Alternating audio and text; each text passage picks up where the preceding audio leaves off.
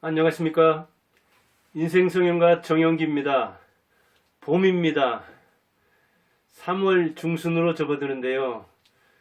청춘은 봄이요, 봄은 꿈나라라고 하죠. 여러분 모두 꿈이 있을 겁니다. 그리고 새해 꿈을 꿀 겁니다. 1, 2, 3 설 때, 그리고 신정 때, 새 학기에 직장인들도 다 그런 꿈을 꿉니다. 그리고 요즘 이제 봄 싹이 나오고 꽃이 피고 여기저기에서 봄 소식을 알리고 농사를 시작하고 그렇게 하면서 청춘을 한번 돌아보게 됩니다. 인생이 추나추동 돌아가는데 1년 역시 추나추동 돌아갑니다. 그리고 봄에 씨앗을 뿌려야 가을에 거둘 수 있고 봄에 씨앗을 뿌리지 않은 사람은 가을에 후회한다고 했습니다. 저는 인생에 이제 겨울입니다. 586 개띠 64살이니까 20씩 끊으면 겨울이라고 볼 수 있고 25년씩 끊으면 아직 겨울이 아닌데 아무리 100세 세대라고 하지만 일할 수 있는 나이는 대개 80까지를 보니까 저는 겨울이라고 생각합니다.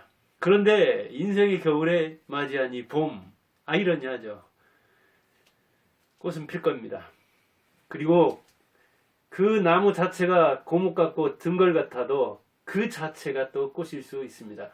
여러분들은 어떤 꿈을 꾸고 있습니까? 그리고 인생 역전을 이야기하는데 당신의 역전 목표는 무엇입니까? 이상, 꿈은 무엇입니까?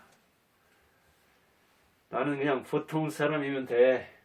보통 사람들이 어떻게 사는데요? 보통 사람들이 태어나서 학교 다니다가 결혼해서 자식 낳고 한둘 낳죠.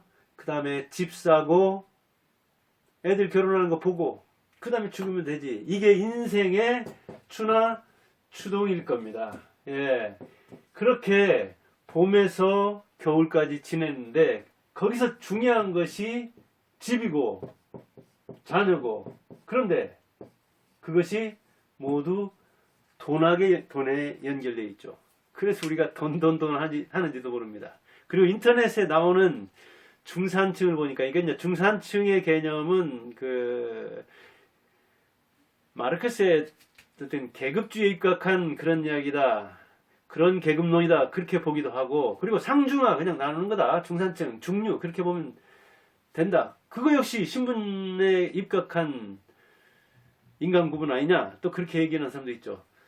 인터넷에 떠도는 그럼 중산층은 어떤데요? 보니까 아파트가 부채 없이 30평대야 된다. 그렇게 얘기했고, 월 500 이상, 월입니다. 세전 500 이상. 아이고 많죠. 그 다음에 차는 2000cc 이상. 역시 계속 이상이죠. 2000cc 이상이고, 그 다음에 1억 이상 예금한 사람 1억. 갈수록 중산층이라고 하는데 기준이 높은 것 같죠. 그리고 연 1회 이상 여행 해외, 그것도 이렇게 되어 있습니다. 전부 다 돈이죠. 아파트를 부채 없이 30평.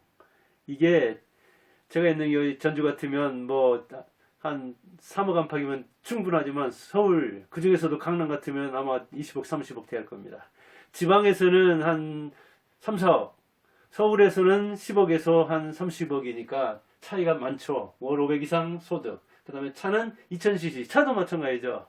뭐 2000cc 이상이면 한 3천만 원짜리도 있겠지만 외제 같으면 1억 넘는 것도 있겠죠. 그리고 1억 예금 여유가 있어야 되는 얘기고, 1회 이상 해외여행 역시 마찬가지죠. 뭐 100만 원에 갈 수 있는 일본 같은 데도 있지만 몇 백만 원 들은 저 유럽도 있고 몇 천만 원 들은 또 여행도 있을 수 있겠죠. 정말 해외여행 그렇게 많이 안 갔습니다. 중국, 일본, 대만, 베트남 그 정도입니다. 한 사람이 이제 2월 말일에 올 명예퇴직 해가지고 뭐 유럽 한번 가자 했는데 요즘 그 분위기가 코로나 19에 휩싸여 있기 때문에 못 가고 있는데, 한번 제가 인생 성형가로서 뭐 여행 차원이기도 하지만 우리 그 문명의 표준이 되고 있는 미국이든 유럽이든 뭐 한번 갈 수 있으면 가려고 합니다. 이렇게 남아 있는데 저한테 물으면 전 어쩌나 뭐 예. 여기 중산층에 들어갈 수 있다고는 하지만 이제 저는 예, 노후에 들어갔고 안 사람도 퇴직했기 때문에 이제 노후로 들어갔는데 이런 중산층이란 기준이 아까도 말했듯이 나이나 사는 지역이나 그리고 그가 꿈꾸는 어떤 이상 여러 기준에 따라서 다를 수가 있겠죠. 근데 인터넷에 돌아다니는 기준이 이렇고 이건 상당히 높더라고요. 전부 돈에 관련돼 있죠. 그리고 아마 우리나라에서는 사실은 상류층에 들어가야 이 정도 됩니다. 예금 1억 이상은 제가 뭐 확인 안 해봤는데 10억 이상인가 이게 한 35만 명인가 됩니다. 예금을 10억 이상 해둔 사람이. 그런데 부채 없이 이렇게 오히려 예금 자산을 가지고 있는 사람은 우리나라 그 5,100만 중에 그리 많지 않습니다. 그리고 아마 재산은 한 10억 안팎이어야 되는데 10억이면은 우리나라에서 5단위로 나눌 때 제1단위 최상위층에 들어가는 것입니다. 그리고 최하위층 20%는 빚이 제가 알기로 177만인가 마이너스인가 177만 원이고 아예 그 10% 안에 드는 사람 중에서 한 3억 안팎의 빚이 있는 걸로 되어 있습니다. 그러니까 최상층은 뭐 10억이 넘고 그다음에 최하층은 빚이 몇 억씩 있는 경우가 있습니다. 중간층이라고 하는 중산층이라고 하는 이 기준이 이렇게 되어 있는데 매우 어떤 그 경쟁을 해야 되는 그리고 경쟁에서 상당히 자기의 꿈을 이루어야 되는 그리고 40대 되기 전에 어느 정도 기반을 갖춰야 되는 것이지 아까도 말했듯이 인생의 추나추동이 결혼해서 자녀 낳은 다음에 집 사는데 이런 정도까지 가려면 아마 50대인데도 이런 평균에 들고 있다 하면은 괜찮은 것이지만 너무 경제적이죠. 그리고 너무 그런 어떤 그 경제 기반이 자기 인생의 목적인 듯이 즉 그런 경제 목적 때문에 자기가 정신적인 여유라든가 사회 문화적인 여유라든가 교육적이고 종교적인 여유라든가 이런 것을 누릴 수 없게 돈이 다 휩싸고 있죠. 그럼 다른 나라는 어떤가? 예, 여기 프랑스하고 미국의 예들도 있습니다. 미국 예를 들어보니까 미국은 자기 주장을 할 줄 알아야 된다. 그리고 페어플레이, 즉 공정 경쟁을 해야 된다. 약한 사람은 도와야 된다. 그리고 불의에, 부정에는 저항할 줄 알아야 된다. 그리고 비평지 하나는 비평지면 우리나라 이제 뭐 월간지라든가 뭐 주간지라도 좋죠. 이 평론지 그거 하나는 구입해야 된다. 전문지 하나는 구입해 보여야 된다. 정기적으로 구독해야 된다. 이런 이야기를 하고 있습니다. 그러니까 자기 주장, 저항성, 공정성 이런 걸 들고 있죠. 어찌 보면 비가시적이고 비경제적이죠. 그리고 교양적이고 상식적이고 그리고 사회적 성격을 띠고 있죠. 그런 차원에서 우리나라하고 아주 대비되죠.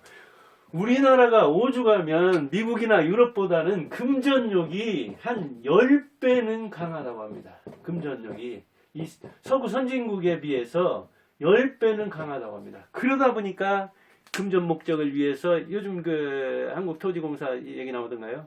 LH 여기서 나오는 그 어떤 불공정이라는 게 또 공무원 쪽에서도 나오고 여기저기서 뭐 저도 이제 사는 동안에 그래도 부동산 거래도 해보고 그랬지만 부동산 이 거래하면서 소개하는 과정에서부터 시작해서 이 거래하는 과정 즉 매수하고 매도하는 과정 이런저런 데에서 부자들이 되게 부동산으로 됐기 때문에 그 금전욕을 무리하게 발휘하는데 불이하게 불법적으로 편법적으로 발휘하는데 그 금전욕이 선진국 특히 서구 유럽에 더욱더 저 북유럽에 비해서는 10배 이상이라고 해요. 이런 조사는 이제 비가시적이기 때문에 조사하기가 어렵지만은 어떤 설문을 통해서 얼마나 그 금전에 대한 욕망이 즉 우리나라 학생들을 대상으로 해서 네가 10억을 번다면 얼마 동안 감옥에 갇혀 있을 수 있겠느냐 하는 조사를 해봤더니, 제가 이제 정확하게 기억은 못합니다. 초등학생이면 도덕으로 기우는데 중학교, 고등학교, 대학교, 즉 배울수록 나이가 많을수록 그거 괜찮지. 10억이면 뭐 한 3년 정도는 감옥에서 보낼 수 있는 거 아니야? 그리고 그 다음에 젊은 때부터 편안하게 살면, 요즘 그게 또 유행이잖아요. 젊어서 빨리 돈 벌고, 그 다음에 노세 젊어 노세, 젊어서 놀아야지. 늙어서 뭐 언제 죽을지도 모르고 부모들이 빨리 죽기를 바라는 자녀들이 있는데 자꾸 쓰면서 놀러 다니고 그러면 싫어한다는 거예요. 놀랍게도 스카이 학생들한테, 이것도 여기서 어디서 읽은 겁니다. 스카이에, 즉 서울대, 고려대, 연세대 다니는 학생들한테 부모가 언제 돌아가셨으면 좋겠느냐, 아니면 언제 돌아가길 바라느냐, 아니면 언제 돌아갈 것 같은가 하고 물어봤더니 놀랍게도 60살, 60대 초반이 나왔다는 걸 제가 여기서 읽었던 거 들었어요. 즉 60대 초반이라면 지금 평균 그 수명에 한 20년 앞서는 건데, 그때 죽기를 저도 지금 60 나이로 3살 아닙니까? 만으로 63, 62 해가지고 63살 먹는 거잖아요. 집 나이로 64살이나 됩니다. 64인데 이 친구들의 소망에 의하면 죽어야 되죠. 이 친구들의 기대, 예측에 의하면 죽어야 할 나이라니까요. 그럴 정도로 자녀들이 생각하는 것과 우리 세대 부모가 생각하는 게 다릅니다. 그게 그 사이에 돈도 끼고 그런 측면이 있는 거예요. 이처럼 우리가 금전력에 쌓이다 보니까 자녀들이 이게 돈으로 움직여야 되지, 돈 아니면 못 움직인다 하니까 부모들은 죽을 때까지 가져야 된다. 그리고 자녀들은 돈도 없으면 또 빨리 죽어야 되고, 또 돈이 있으면 내가 그거 빨리 물려받으니까 빨리 죽어야 되고, 빈자든 부자든 부모는 빨리 이승을 떠나는 게 부모 자신한테도, 그걸 자기한테도 좋다, 그렇게 생각을 한다는 건데, 그럴 정도로 이렇게 우리가 금전력이 강해요. 그리고 부모 돈도 자기 돈으로 생각하잖아요. 오죽하면 그게 말이 돼요? 그리고 정부 돈은 먼저 보는 게 임자라고는 그런 생각을 하잖아요. 그리고 투자든 투기든 정보를 얻었으면 그걸 해야지, 못 하는 게 명실이지 하는 그런 의식이 있을 정도로 도덕이라는 건 돈 앞에 힘을 못 쓰잖아요. 그러니까 오죽하면 공부를 더하고 나이 먹을수록 감옥에 가서 있더라도 내가 돈을 벌면 되는 게 아니냐, 그렇게 목적지향적이고, 물론 박정희 시대부터 시작해가지고 너무 가난한 시절이 우리나라에 많았기 때문에 유사일에 이렇게 부자인 적이 없는데, 이 양극화가 심해지고, 그리고 상대적 박탈감을 가지면서 부자들이 사실은 돈을 버는 구조, 그리고 부동산을 통해서 불로소득을 얻는 걸 보면서 왜 나라고 못하냐, 나는 부모를 못 만나서, 나는 돈이 없어서, 나는 정보가 없어서, 나는 이너서클이 없어서 그랬다는 이야기를 자기가 하면서 자기 합리화를 하는 측면도 있지만 부자에 대한 어떤 반감을 갖는 거죠. 그래서 나한테도 그런 기회가 온다면 내가 못할 게 어디가 있느냐 하는 생각을 가질 정도로, 불법이든 탈법이든 돈만 벌면 그럴 정도로 이 금전력이 강하다 보니까, 아까 중산층 개념 규정 그 기준에 5가지에도 전부 다 돈이잖아요, 돈. 그러니까 우리나라가 어찌 보면 부자든 가난한 사람이든 그래 팍팍한 삶을 사는 거죠. 행복이 인생 목표라고 하는데 행복을 돈 때문에 잃어버리는 부자들 고민 많. 저도 여기 전주이긴 하지만 제가 논술을 하고 나면서 공부 잘하는 친구들을 많이 봤기 때문에 그 부모들, 여기 유지들 정말 많이 봤습니다. 몇십억, 몇백억까지도 이렇게 보고 그랬는데, 아주 구관대작 자녀들도 보고 그랬는데, 그 자녀들을 통해서 보면 그 부모들 역시 고민이 자녀, 돈, 그런 겁니다. 지위. 그러니까 부자라고 돈 걱정 안 하면 좋으면 돈 걱정한다니까요. 가난한 사람은 말할 것도 없이 이 금전욕에 쌓여 살죠.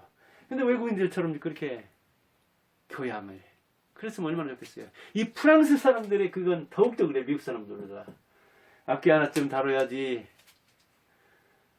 외국어 하나쯤 할 줄 알아야지, 그리고 즐기는 운동, 건강을 위한 운동도 하나 있어야지, 그리고 공분, 불의에는 화를 낼 줄 알아야 되죠.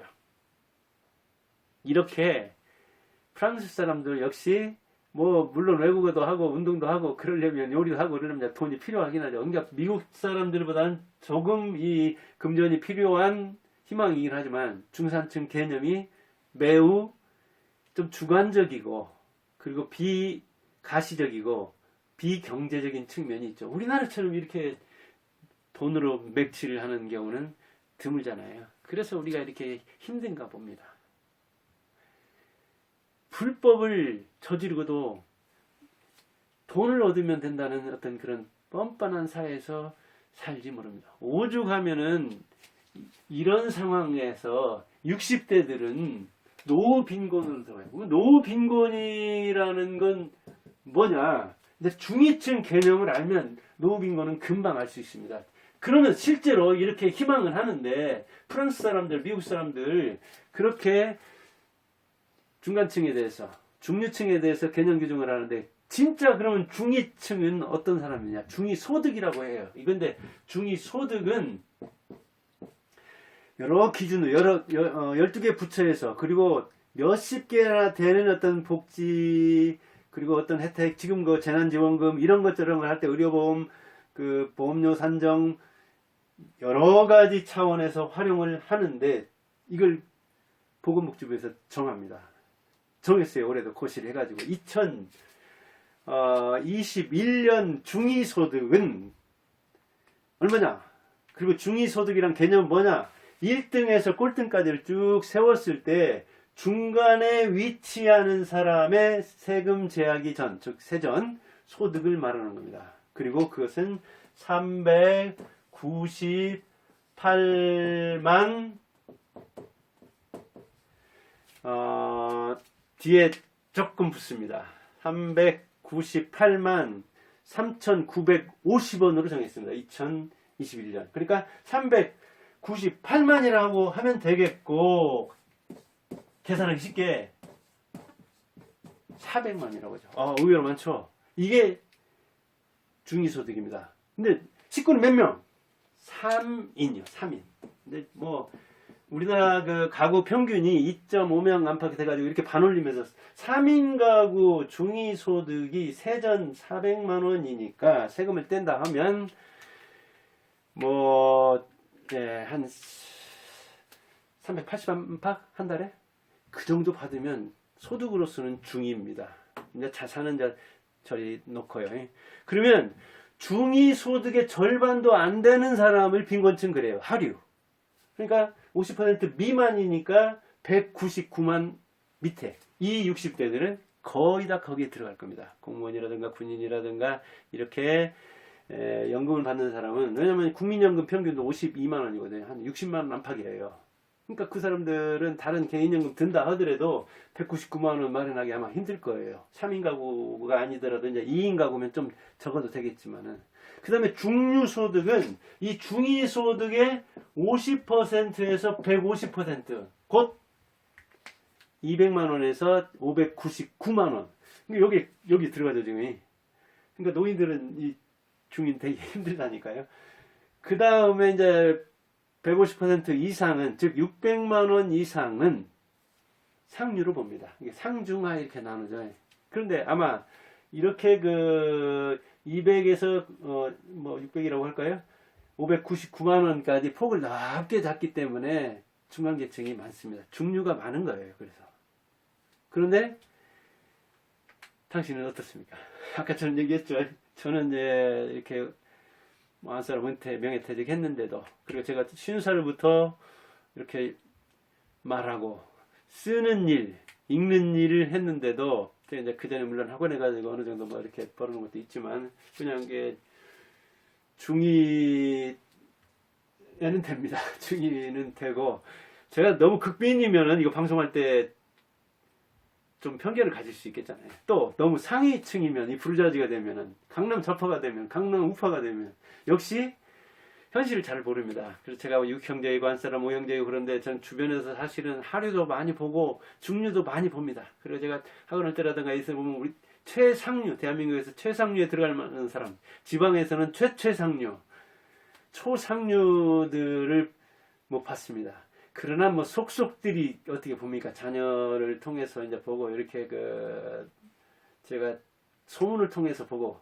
지방이란 곳은 다리다리 몇 개 건너면 이렇게 알 수 있는 측면이 있잖아요. 이제 그렇게 봤는데 자, 저 고백했으니까 저는 투명하게 하려고 합니다. 솔직하게 하려고 합니다. 당신들은 어떻습니까? 당신들도 자기 파악을 했겠죠. 나 파악하는 거하고 현실 파악하는 거 굉장히 어렵습니다. 근데 우리나라 이제 이 기준은 이렇게 가시적으로 경제적으로 돼 있기 때문에 파악하기는 좋습니다. 보이는 거니까. 아까처럼 불의에 저항한다. 미국처럼 자기 주장을 편다. 또는 공정하게 경쟁해야 되고 약자를 돕고 그리고 불의한 것에는 저항한다. 그리고 비평지, 전문지 하나는 봐야 된다. 이렇게 저렇게 하면 이건 알기가 어렵잖아요. 그 수준을 보이지 않으니까. 그런 안 보이는 가치를 중시하는 데 비해서 우리는 보이는 가치를 중시하면서 보이는 것은 이제 자기가 알 수 있죠. 파악하면. 자산 얼마인가? 파악하면 금방 나오잖아요. 우리나라 1%에 들려면 23억인가? 19년 기준인가 그런데 지금 이제 조금 자산이 올랐으니까 25억이 나오더라도 그러니까 대한민국 1% 예. 1%인가 10%인가 정확 1%로 기억하는데 아무튼 부자도 많기도 하지만 그렇게 여러분들이 생각하는 것처럼 많지는 않습니다. 가난한 사람이 훨씬 많습니다. 아무튼 당신은 현실이 어떻고 그리고 인생 역전을 하려고 하는데 내 역전 목표는 어디입니까? 저는 이제 이 가시적인 것은 제가 얘기했으니까 비가시적인 차원에서는 이런 방송을 통해서 정말 제가 겪은 이 시행착오 그리고 그 시행착오에서 얻은 지혜와 통찰을 여러분과 나누고 그리고 제가 이제 용돈이라도 이런 걸 통해서 벌면 어찌 보면 봉사한다는 차원이라고 생각하는데 세상에 투명한 봉사 전혀 의도 없는 봉사가 어디 있습니까? 다 봉사도 어찌 보면 의도가 있죠. 테레사의 봉사마저도 하나님 팔아 하나님 되려고 하지 않느냐는 비판을 받을 정도니까요. 저도 순수하냐? 불순물 하나 섞이지 않았다고는 진공 상태는 아니라고 이야기합니다. 그런 목적을 가지고 이야기하는데 여러분도 이상은 어디에 있는지 그리고 현실은 어떤지 잘 알고 우리나라가 이렇게 너무 경제적인 쪽에만 치우쳐 있으니까 좀 비가시적인 차원에서 저도 그래서 얘기했잖아요. 이 봉사 차원에서 얘기하는 측면이 있다. 저는 정치인들처럼 거짓말 안 하려고 합니다. 제가 돌아보니까 제 인생이 너무 이 시행착오를 많이 겪어서 수업료를 많이 지불했기 때문에 이 경험을 되도록이면 다른 사람에게 공짜로 줘서 덜 고생하게 덜 수업료를 지불하게 하려는 차원입니다. 그리고 저는 건강, 금전, 자녀, 그리고 부모, 형제를 중시합니다. 제가 이제 이런 경제적인 토대를 이렇게 누리고는 있지만 사실은 건강 이 실손보험도 가입 안 하고 있습니다. 그래서 건강이 나빠지면 안보험 하나 들었던가 그런데 건강이 나빠지면 이 목돈이 들어가고 그러면은 이것도 제가 해결하잖아요. 자녀들 둘 아직 30대지만 두 아들 결혼도 안 했는데 이런저런 거 생각할 때 이제 은퇴 생활에 하면서 이렇게 봉사활동할 때 삐끗하지 않아야 된다는 그런 소망을 가지고 있습니다. 제 인생 역전은 어찌 보면 제가 이런 하는 일을 통해서 읽고 쓰고 말하는 걸 통해서 여러분과 함께 인생을 멋지게 만드는 인생을 확 바꿀 수 있으면 바꾸는 그런 일을 하고자 합니다. 여러분들도 이상과 현실을 파악하고 목표와 이상을 잘 조율해가면서 이렇게 좁혀가면서 살기 바랍니다. 감사합니다.